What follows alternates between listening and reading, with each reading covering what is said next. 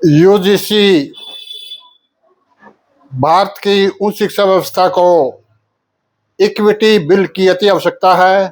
Bill के नियमों के अनुसार हर यूनिवर्सिटी और कॉलेज में एक इक्विटी कमेटी बनाने का लक्ष्य निर्धारण एक बहुत ही सराहनीय कदम है, जो समय की मांग भी है।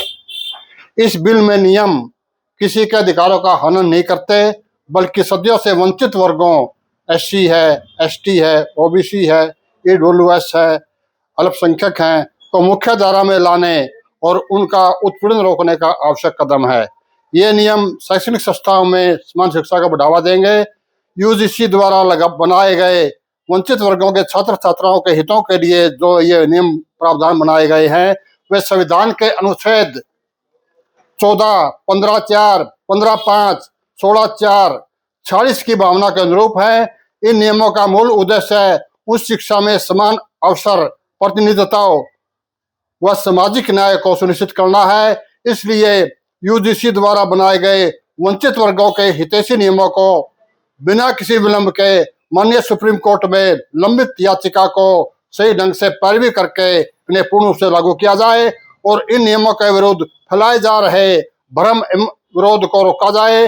सामाजिक न्याय एवं समानता के संकल्प को और अधिक मजबूत किया जाए। इस बिल के बारे में आज रोहतक में, ऐतिहासिक शहर में, पुराना बस स्टैंड से लेकर सचिवालय तक ज्ञापन दिया गया है इन वंचित वर्गों के लोगों द्वारा, और खासकर महिलाओं की भागीदारी अत्यधिक भी रही। हमारे साथ में सतीश प्रजापति जी हैं, उनसे भी जानना चाहेंगे, और शांता कुमार आर्या भी जी हैं। आज जो ये प्रोग्राम किया, प्रदर्शन किया गया, उसके बारे में और राष्ट्रपति महोदय के नाम जो कमिश्नर हैं रोहतक के, उनके वास्दी सुमन जी को ज्ञापन दिया गया। तो आप इस बिल के बारे में क्या कहना चाहोगे सतीश जी प्रजापति? ये जो बिल यूजीसी कानून जो केंद्र सरकार लेकर आई है, उसका मुख्य कारण जैसे एससी एसटी का जैसे शोषण होता था, अत्याचार होता था, तो कानून बनाया गया था रक्षा के लिए। इसी तरीके से ओबीसी और ईडब्ल्यूएस और अल्पसंख्यक के लिए भी यह कानून बनाया गया था 13 जनवरी 2026 को। कुछ मनुवादी लोगों ने उस पर सटे करवा दिया है। 19 मार्च 2026 को माननीय सुप्रीम कोर्ट में सुनवाई है इसके। उसमें तो केंद्र सरकार से मेरी प्रार्थना है कि इसमें मजबूती से पैरवी करें और बढ़िया तथ्यों के साथ करें। हमारे ओबीसी, अनुसूचित वर्ग और अल्पसंख्यक और ईडब्ल्यूएस के अधिकारों की रक्षा करें और इस कानून को लागू करवाया जाए। पिछड़ा वर्ग कल्याण महासभा हरियाणा के मुख्य संरक्षक शांता कुमार जी आर्य, जो लगातार लंबे समय से जो पिछड़े वर्गों की, कमजोर वर्गों के आवाज उठाते रहे हैं, लेखनी के माध्यम से भी, उनसे जानना चाहेंगे कि आज का प्रोग्राम कैसा रहा और कौन कौन मुख्य आदमी इसमें शामिल हुए।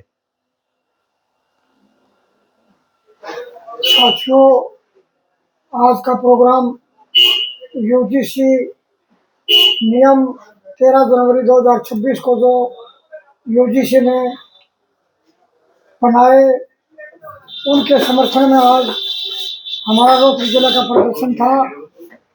और इसमें यह ऐतिहासिक प्रदर्शन था। सैकड़ों की संख्या में औरतें थी, सैकड़ों की संख्या में पुरुष थे, एससी एसटी ओबीसी अल्पसंख्यक, और बहुत जोश खरोश के साथ पुराने बस स्टैंड से लेकर लघु सचिवालय तक आए। बहुत सफल प्रोग्राम रहा। मूल उद्देश्य तो यूजीसी बिल के समर्थन में ये प्रदर्शन था, और माननीय महोदया राष्ट्रपति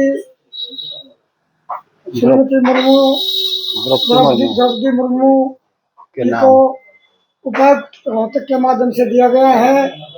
और इस आयोजन में अगर मैं ये कहूँ, सतीश प्रजापति ने तन मन धन से पूरा सहयोग दे करके और एक कुशल आयोजन और संयोजन किया है। पूरा समाज इनका धन्यवाद करता है।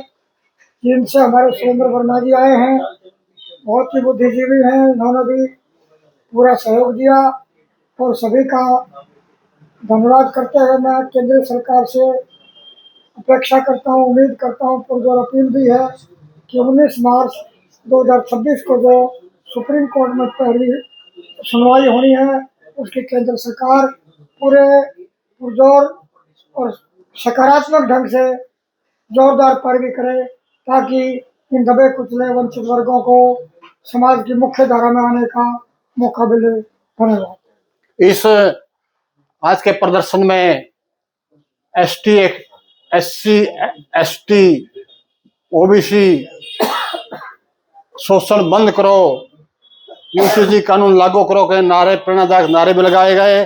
और इस प्रदर्शन में ज्ञापन देने तक भारत मुक्ति मोर्चा महिला संघ राष्ट्रीय सदस्य मनीषा बिरला, बहुत रीटा जी के नेतृत्व में भी काफी महिलाएं ने भागीदारी की और सभी वंचित वर्गों के लोगों ने यहाँ पर भागीदारी की। सभी का धन्यवाद।